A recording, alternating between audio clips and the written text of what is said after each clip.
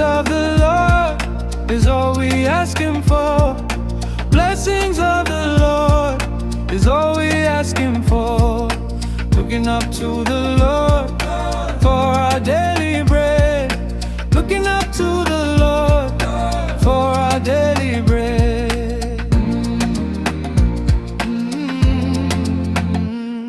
Ambuye inu ndinu gwero la moyo wanga. Madalitso anu amandikwanitsa tsiku ndi tsiku. Palibe chabwino chimene chimachokera kwa ine. Zonse zimachokera kwa inu Yehova wanga. Blessings of the Lord is all we asking for. Blessings of the Lord is all we asking for. Looking up to the Lord for our daily bread. Looking up to the Lord for our daily bread.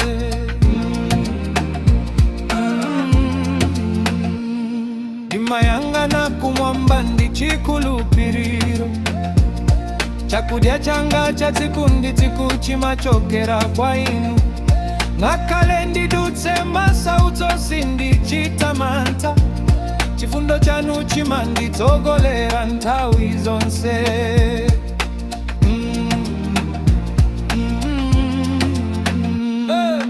Blessings of the Lord is all we asking for.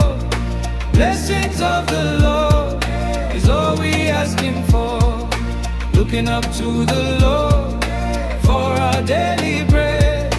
Looking up to the Lord for our daily bread.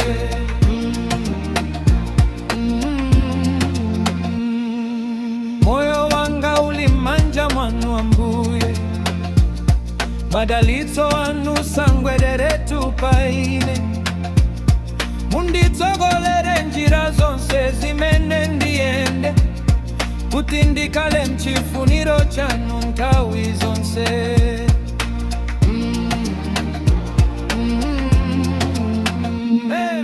Blessings of the Lord is all we asking for. Blessings of the Lord is all we asking for. Looking up to the Lord for our daily bread. Looking up to the Lord for our daily bread.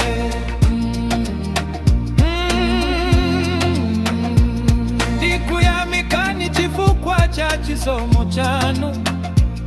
Simundisiya kapena kundikanai.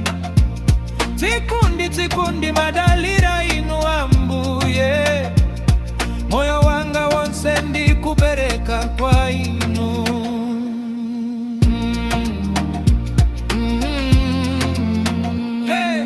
Blessings of the Lord is all we asking for. Blessings of the Lord is all we asking for. Looking up to the Lord for our daily bread. Looking up to the